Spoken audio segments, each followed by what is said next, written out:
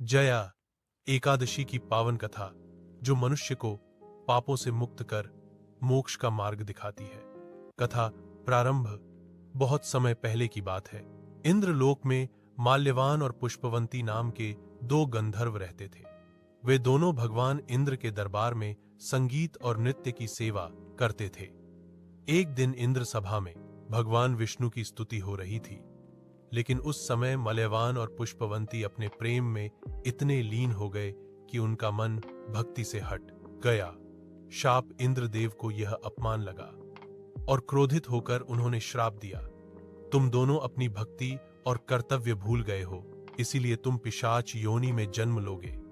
श्राप के प्रभाव से वे दोनों हिमालय के वन में भयानक पिशाच बन गए। दुहक और पश्चाताप, पिशाच योनि में रहकर उन्हें भयानक कष्ट झेलना पड़ा। न भूख शांत होती, न मन को शांति मिलती, लेकिन पुराने संस्कारों के कारण उनके हृदय में भक्ति अभी भी थी। जया एकादशी का चमत्कार। एक दिन माघ मास शुक्ल पक्ष की एकादशी आई, जिसे हम जया एकादशी कहते हैं। उस दिन अनजाने में ही उन दोनों ने अन्न और जल का त्याग कर दिया और रात भर भगवान विष्णु का स्मरण करते रहे। मोक्ष प्राप्ति। प्रभु विष्णु उनकी भक्ति से प्रसन्न हो गए और अपना दिव्य दर्शन दिया। भगवान बोले, जय एकादशी के व्रत के प्रभाव से तुम दोनों पिशाच योनि से मुक्त हो गए हो।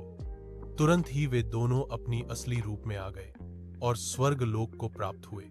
कथा का सार। इसीलिए कहा जाता है, जया एकादशी का व्रत सभी पापों का नाश करता है और जीवन को नई दिशा देता है। जो कोई भी श्रद्धा से जया एकादशी